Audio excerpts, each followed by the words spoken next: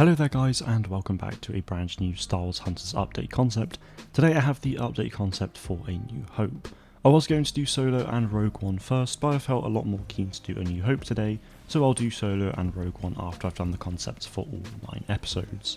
As always with these videos, I'll start off with some ideas for maps, then I'll move on to the Hunters, then skins, and lastly I'll wrap it up with any ideas for game modes.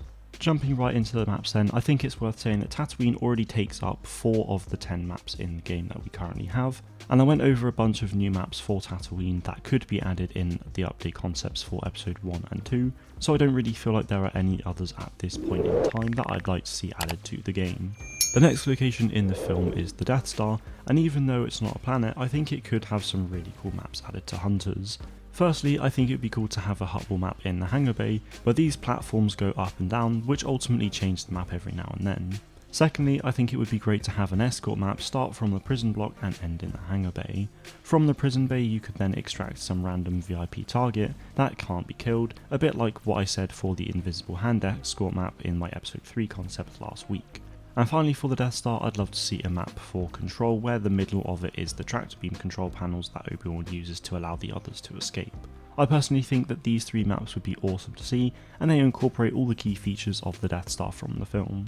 The final location from A New Hope is of course Yavin 4. For this planet I don't feel like there's anything specific that I'd desperately like to see, like the Death Star, but I would absolutely love it if they added a map for each mode that was in and around the Great Temple and the surrounding jungle.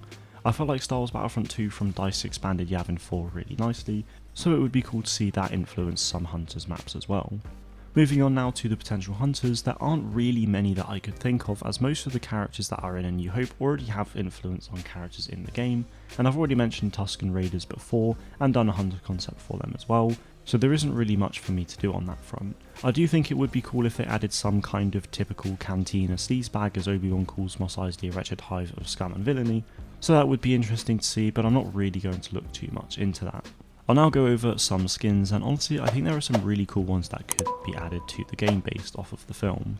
As Sentinel is a stormtrooper, he could get quite a lot, including skins for an Imperial officer, a Death Star trooper, Death Star gunner, and lastly an Imperial pilot. I think it would be great to see what Sentinel actually looks like underneath the helmet, so hopefully they'll bring these non-helmeted skins to the game. J3DI could also get some skins, with the main one being inspired by Ben Kenobi in his robes, and then he could potentially get a Farm Boy Luke skin as well. I think it would be cool to see J3 get a skin based off of this yellow celebration jacket that Luke wears, but we do see other Rebellion members wearing it as well in the comics, so I think it would actually be better if Zayna wore it instead, as it's not very Jedi-like. Speaking of Zayna, she could get some skins inspired by the Rebels in the film, primarily the troopers seen in the Tantive 4 and Yavin 4, as well as a Rebel officer outfit, and lastly an old Iranian honor guard like the ones seen in Star Wars Battlefront 2015, and also at the end of the film. Sprocket could also get some skins inspired by the Rebellion. As you may know, I've said a few times that Sprocket could get skins inspired by ships and their pilots, so with A New Hope, Sprocket could get an X-Wing and Y-Wing skin for his chair, with their respective pilots for himself. It would also be great if he got a skin for the T-16 Skyhopper for his chair and the pilot for himself, and lastly a skin for his chair inspired by the Millennium Falcon.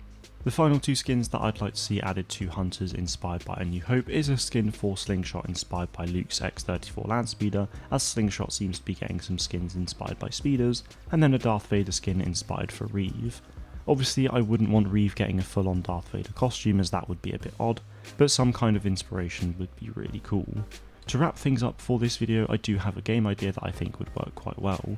The mode is essentially where one team defends this target from being destroyed by the other team, who then obviously attacks that object. This mode, if you couldn't tell, is inspired by the Death Star space battle, so yes, Hunters hasn't got any vehicles, but 4v4 on the ground could still work pretty well for this mode. Anyway guys, that is it for this update concept. Be sure to let me know what you think of it in the comments below, and make sure you are subscribed to the channel to stay up to date with all things Star Wars gaming. Thank you all very much for watching, and may the Force be with you always.